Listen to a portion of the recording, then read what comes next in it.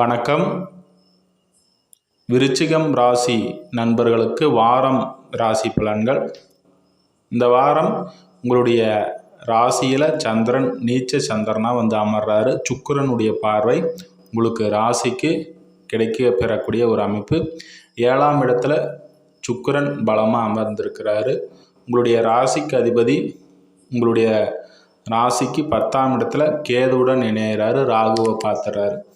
அந்த வகையில் இந்த வாரம் பார்த்தீங்கன்னா உங்களுடைய ராசிக்கு சுக்கிரனுடைய பார்வை இருக்கக்கூடிய ஒரு அமைப்பில் எந்த ஒரு விஷயத்தையும் உங்களுக்கு பிரச்சனைகளும் கஷ்டங்களும் வந்தாலும் கூட, ஏன்னா இங்கே செவ்வாய் கேதுவுடன் இணைந்து ராகுவை பார்க்கக்கூடிய ஒரு அமைப்பில் உடல் ரீதியிலும் மன ரீதியிலும் ஒரு தெளிவில்லாத அமைப்பாக இருந்தாலும் கூட சுக்கிரனுடைய பார்வை இருப்பதனால 7ஆம் இடம் என்பது கூட்டு தொழில், நண்பர்கள், அதே போல் வாழ்க்கை துணை, இது எல்லாமே 7ஆம் இடம் குறிக்கும். அதனுடைய அமைப்புகளில் உங்களுக்கு ஆதரவு உண்டாகக்கூடிய ஒரு நல்ல ஒரு அமைப்பு. அடுத்ததான் பார்த்தீங்கன்னா உங்களுடைய ராசிக்கு பாக்கியாதிபதி இங்கே நீச்ச அமைப்பில் இருக்கிறாரு.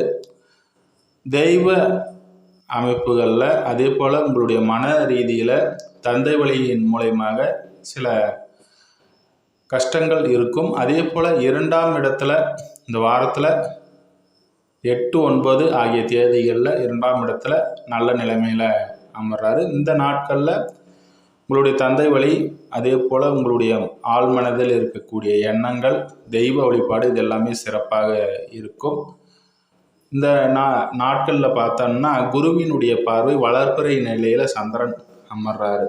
அதனால் திடீர் அதிர்ஷ்ட வாய்ப்புகள் உண்டாகக்கூடிய ஒரு நல்ல ஒரு அமைப்பு. அதே போல் இங்கே 9, 10 ஆகிய தேதிகளில் 10, 11 ஆகிய தேதிகளில் உங்கள் ராசிக்கு 3ஆம் இடத்துல வளர்பிறை சந்திரனா 9ஆம் இடத்தை புதனை பார்த்துடுறாரு.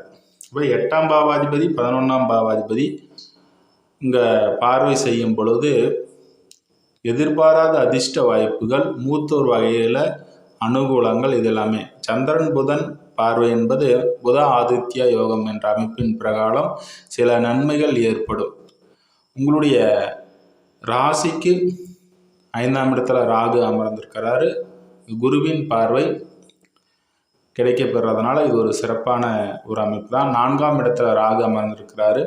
அப்போ இந்த குருவின் பார்வை கிடைப்பது என்பது சில நாட்களாக வீடு சம்மந்தப்பட்ட விஷயங்கள், வாகனம், வண்டி சம்மந்தப்பட்டங்களில் இந்த பிரச்சனைகள்லாம் இப்போது நீங்கும், படிப்படியாக நீங்கும். அதே போல் 5ஆம் இடத்துல சனி அமர்ந்திருக்கிறாரு.